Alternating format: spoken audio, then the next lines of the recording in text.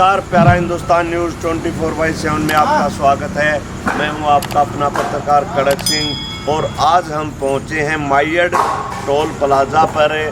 यहां कुछ किसान नेता बैठे हैं हमारे साथ और उनके साथ में भारतीय किसान यूनियन के युवा के प्रदेश के अध्यक्ष भाई रवि आज़ाद जी भी हम खुशकिस्मत हैं कि उनके भी दर्शन यहाँ हो गए, हमारे बाई चांस से इकट्ठे हो गए हम लोग। तो बात करेंगे, शुरुआत करते हैं भाई रवि आज़ाद जी से। जी भाई साहब नमस्कार। जी नमस्कार। नमस्कार आपके सभी दर्शकों को भी। तो प्रधान जी, जो किसान आंदोलन है जी काफ़ी दिन हो गए, अभी 6 महीने होने को जा रहे हैं जी और सरकार टस से मस से होने को तैयार नहीं, जो दिख रहा है इनका रवैया।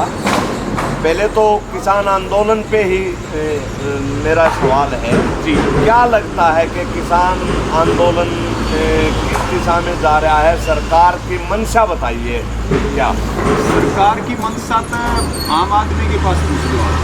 सरकार की मंशा तो वही मंशा है जो अंग्रेजी शासन की मंशा हुआ करती थी।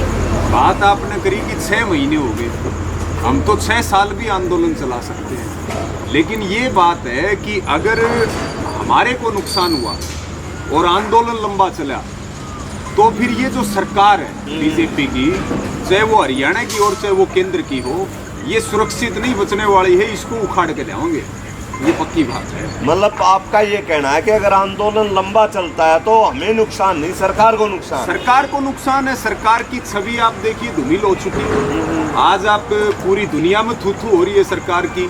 आज चाहे वो हेल्थ की बात हो, किसान आंदोलन की बात हो, सरकार पूरी तरह से बैकफुट पर है और आज देश बेचा जा रहा है।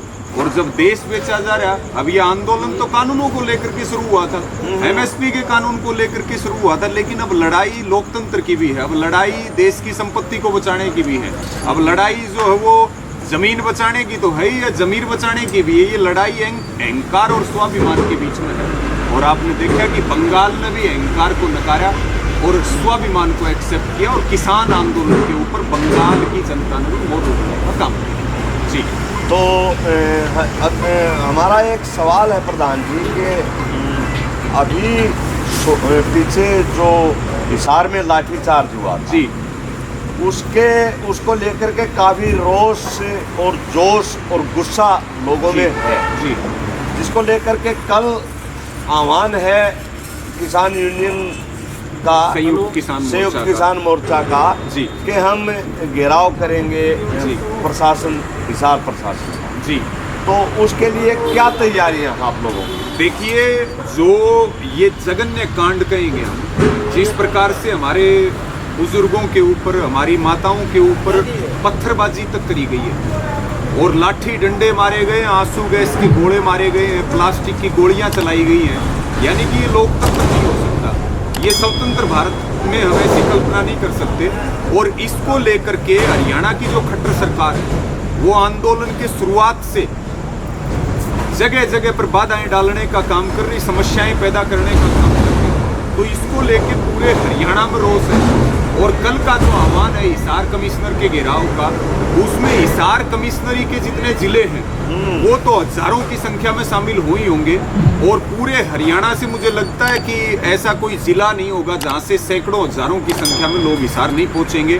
और हमारी सीधे तौर पर ये है कि क्योंकि इन्होंने बातचीत में धोखा किया और धोखा बर्दाश्त करने योग्य नहीं है। जो हमारे चोटिल किसान हैं उनके मुकदमे दर्ज किए जाएं। जो महामारी का खुद मुख्यमंत्री और प्रशासन ने उल्लंघन किया उनके खिलाफ मुकदमे दर्ज किए जाएं। और पत्थर मारना कौन से कानून में, किसी की जान भी जा सकती है पत्थर लगने से, उन पुलिसकर्मियों के खिलाफ भी मुकदमे दर्ज किए जाएं। और कल जो है वो हरियाणा की खापें भी जुड़ेंगी, हमारे वरिष्ठ नेता भी पूछेंगे। संयुक्त सरकार ने भी प्रधान जी पूरी तैयारी कर रखी है, रैपिड एक्शन फोर्स और दूसरे जो भी पुलिस बल है वो पूरे मुस्तैदी से तैनात कर रखे हैं। तो उनका मुकाबला कैसे करेंगे? देखिए, हम मुकाबला करने के लिए नहीं आए, हम अहिंसात्मक तरीके से, शांति प्रिय तरीके से इस आंदोलन को चला रहे। और हमारे ऊपर चाहे सरकार कितने भी अत्याचार करे, लेकिन हम अपनी तरफ से कभी नियम कायदे कानून हिंसा करने में विश्वास नहीं रखते। हम सिर जोड़ करके और इस लोकतंत्र की लड़ाई को आगे बढ़ाएंगे। सरकार की जो ताकत है वो सरकार करे, हम संगठित होकर के, क्योंकि देश की असली जो प्रजा ताकत होती है और प्रजा राजा होती है, तो हम उस भूमिका में जो है सब साथ मिलकर के हम काम करने वाले हैं। और जो हमारे पीड़ित किसान हैं उनको न्याय दिलाने के लिए लड़ेंगे, और बाकी सरकार ने जो करना है वो सरकार करेगी, हमें कोई परवाह नहीं उस बात। तो कल कितने किसानों के आने की उम्मीद है सर? भाई साहब, ये 36 जात का आंदोलन है, सारा देश का आंदोलन है, पूरा हरियाणा एक परिवार है। यहाँ तक संख्या गिनी नहीं जा सकती। हाँ, असंख्य, कोई गिनती नहीं है संख्या की। इतनी संख्या होगी कि हिसार के आज तक के सारे निकोल हो गए। अच्छा, आखिरी सवाल मेरा जी। आपने कहा कि बहुत लंबा आंदोलन अगर चलता है तो सरकार को नुकसान होगा। जी प्रधान जी, आप ये बताइए, अगर जितना लंबा आंदोलन चला, क्या किसान को नुकसान नहीं होगा उसमें? देखिए, हमारा तो सीधे तौर पर हमारी 400 शहादतें हो चुकी हैं। हम सड़कों के ऊपर बैठे हैं, हमारे बुजुर्ग सड़कों के ऊपर बैठी हैं, हमारी माँ बहन बेटियां सड़कों के ऊपर बैठे हैं। हमें तो जो होना है वो होगा नुकसान। और आंदोलन जो है वो शहादतें भी मांगता, बलिदान भी मांगता है, और हम बलिदान देने वाले कुनबे से हैं, इस बात की हमें कोई परवाह नहीं है। लेकिन निश्चित तौर पर जो अत्याचारी सरकार है, काले कानून थोपने वाली सरकार है, किसानों पर लाठी डंडे मारने वाली सरकार है, ये इतिहास में जरूर बीजेपी जाएगी।